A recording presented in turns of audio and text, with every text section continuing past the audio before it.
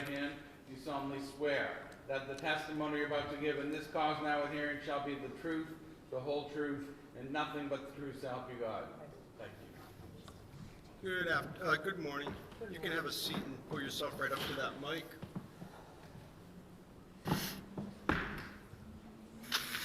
May I inquire, Your Honor? Yes. Good morning, ma'am. Good morning. Please state your name and spell your last name. Maureen Torrisi, Torrisi, And where do you live? in North Andover. Okay, do you live in a condo complex there? I do. What do you do for a living? I am a stay-at-home mom, I guess. I guess I'm retired. What are you retired from? The construction industry and home staging, design. How long have you been retired?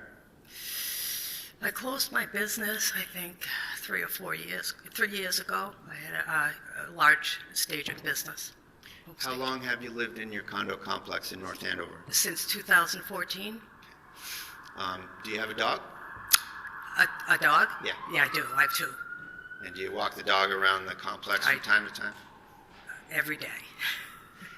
Do you, in the course of walking your dog, have you ever made the acquaintance of one of your neighbors named Mr. Noonan? I have. And do you know who that is generally? I do. And how do you know him? Walking the dogs.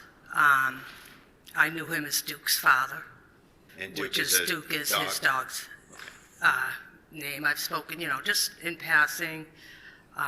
The dogs interact and, just general talking about the dogs and whatever. So I had spoken to him a few times and his wife, about the dogs and just general Neighbors stuff. making small talk. Absolutely. Okay. And back in August of 2025, you had engaged him in some conversation about what was going on at the North Andover PD, right? I did. And is that what you said to him by way of initiating the conversation? I did, yes. The beginning of it was just I had a razzing relationship with him, just regarding things going on in the world. And so what I started with is, how do you like what's going on, in the world today or whatever? And he's like, I love it. And then I had asked, what's going on with North Andover, the town of North Andover? What were you referring to when you said that to him? What was going on at the department, as far as, the shooting, the cop being shot. And did he? And he first said, what do you mean? And I said, well, that press conference, the first press conference that was given made no sense. And at that time he said, I'm the shooter. What? He said, I'm the shooter? He said, I'm the shooter. And what did you take that to mean? I said to him that he was the one that shot the other officer, is what I took that to mean. Right. And then what happened? I had asked him if, well, first I said, oh my God, I'm so sorry. I know when police officers have to discharge their weapons, it affects them, and I can't imagine having to do that with a colleague. I'm sorry, I didn't quite get the end of that. I said I couldn't imagine having to do that to a colleague. And what did he say? And he had said to me that,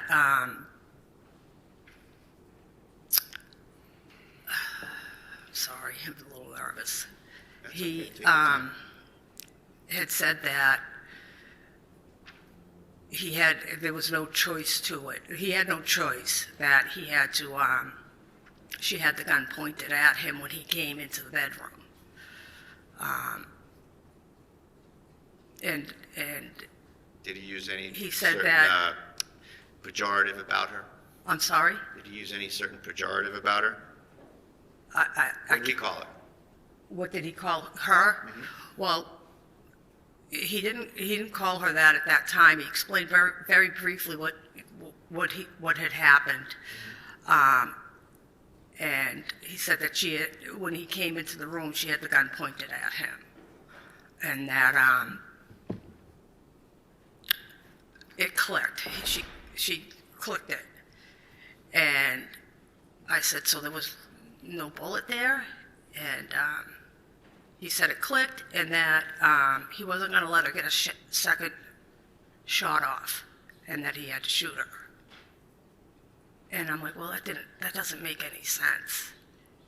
And I had asked why they went to her house, the three of them went to the house instead of having her go to the station.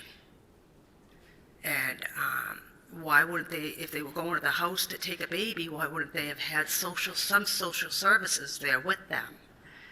And he said, well, she's a whack job. Oh, sorry. No, I'm sorry. You don't have to apologize. You have to say what was said. Okay. And he said that she's an effing, whack job.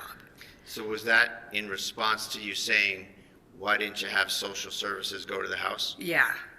And I was like, wow, that word is used. Objection. Yeah, sustain. Next question. Sorry. That's okay. So not what was said so much, Okay. but did you engage back with him about the, let's say, the propriety of that usage? I did. After that, did you end the conversation with him?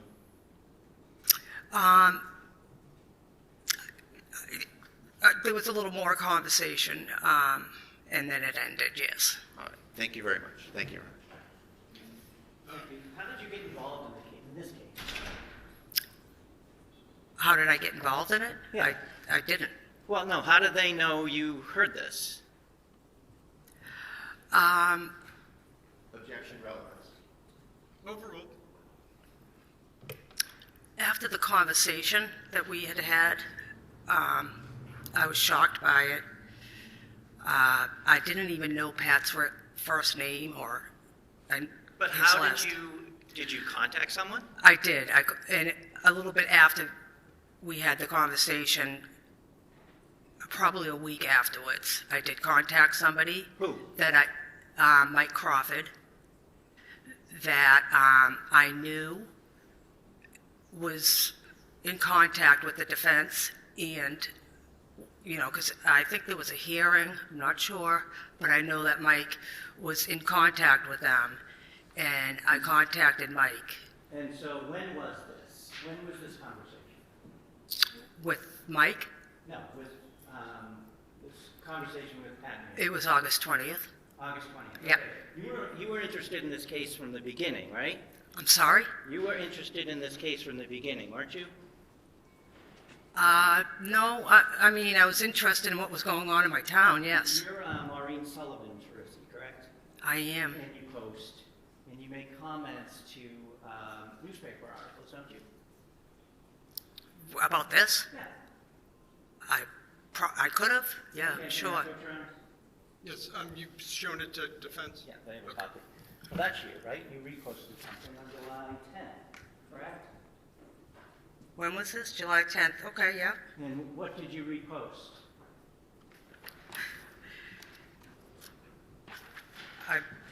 Meaning what? What do you mean? What did I repost? It's a Yeah, it's a article simple from Mike, question. I'm sorry, it's an article from,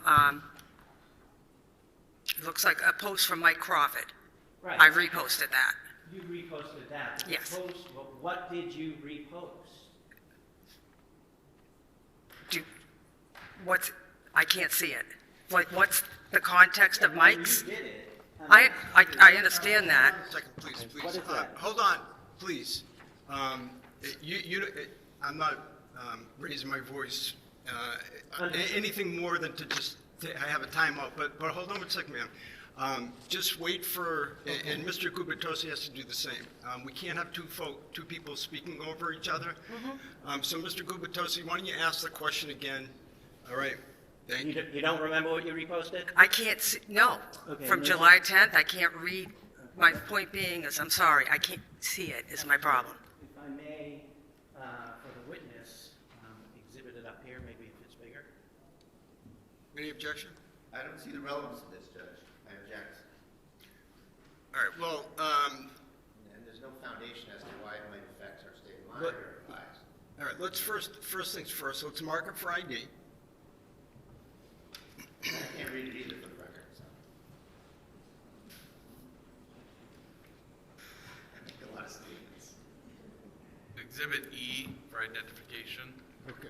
All right, now, I guess my question for Mr. Gubitosi is, why would putting it on the screen I just want allow her it to be see more legible?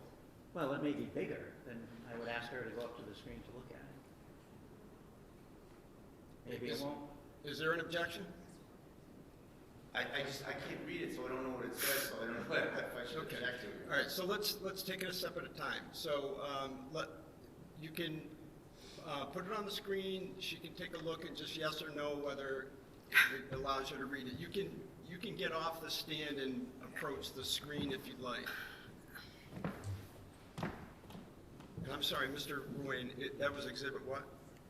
E. Read the big print. Up here, Yeah. Attorney Tim Brado of North Andover Police, use of deadly force against his client. North Andover Police Officer Kelsey Fitzsimmons. Okay. And so it's a statement. Oh, I'll let you get back at that. Just for the record, I could not hear what she just said. I could see I some can of read it, it but from here, the big, Okay. Right, it's just my eyesight's horrible. I'll ask her to read Sure. it, but she can read it. yeah, I just can't read the context. It says Attorney Tim Bradle on North Andover Police use of deadly force against his client. North Andover Police Officer Kelsey Okay, Fitzsimmons. so you reposted Simmons. the statement that Attorney Bradle made about the case, correct? Yes. Okay.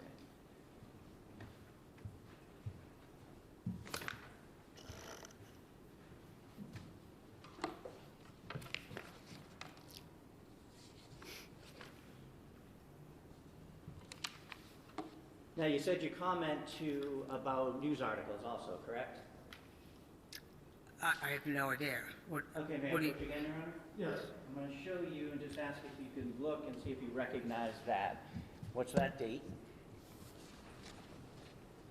August 14th. Okay, and do you see something that you wrote?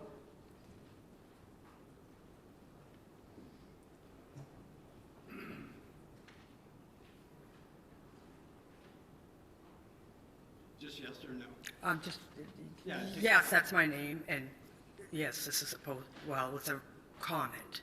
It's a comment that To a you post. made to an article, correct? Excuse me. Well, Hold on one second. Let's mark it for ID, please.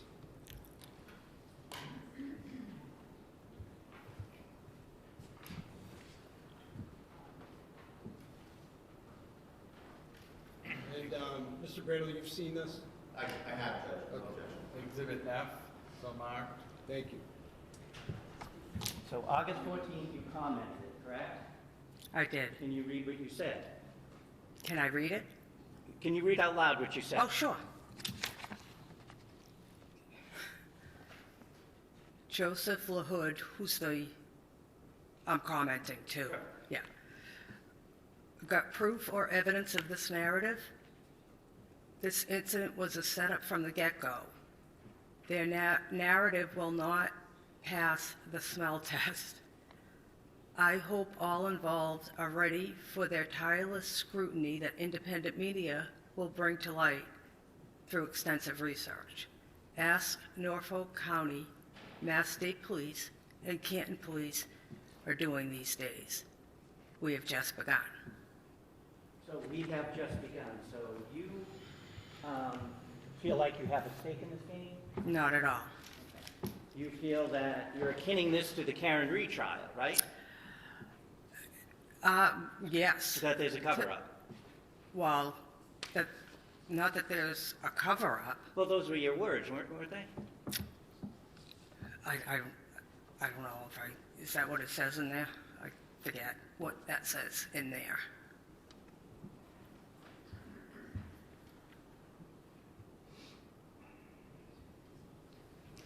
A setup from the get-go, correct? Correct. and tireless scrutiny that independent media will bring to light through extensive research. And then Correct. you mentioned Norfolk, Mass State Police, Yep. and the Canton Police. I did. Correct? Yep. Okay. So a couple. Well, yeah, it's the judicial system seems to be going awry, and there's more eyes on things now. Okay, I'm going to show you something else. I'm sorry, I don't have a copy of this. Let's have that marked on your way out. Thanks.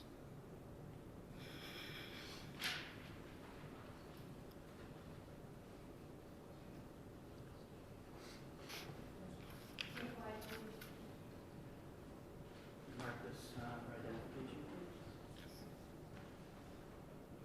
please. Exhibit G, so marked. Thank you. Can you first look at it and see if you recognize it? Sure. So look at the first page. Do you recognize what that is? I do. Okay. Can you flip to the second page? I sure See if can. there's a comment to that. Yep, I sure did. Can you read the first page of The post itself. Yeah. Today, it's from the North Andover Police Department. Today is National Police Women's Day. Please join us in recognizing Sergeant Katie, can't say her last name. Do you If want you me to can't spell read it? the last name, that's fine. Go ahead. Okay. Sergeant Julie Nigro and School Resource Officer Stephanie Rizzo. They have over 43 years of combined experience, and it shows, as all three demonstrate strong leadership inside and outside our department walls. We appreciate their immense dedication to helping both residents and visitors in the North Andover community every day. Thank you for your service. And you commented on that, correct? I sure did. What did you say? Wow, let's hope they stay safe from their colleagues. Thank you. I have nothing else. Redirect.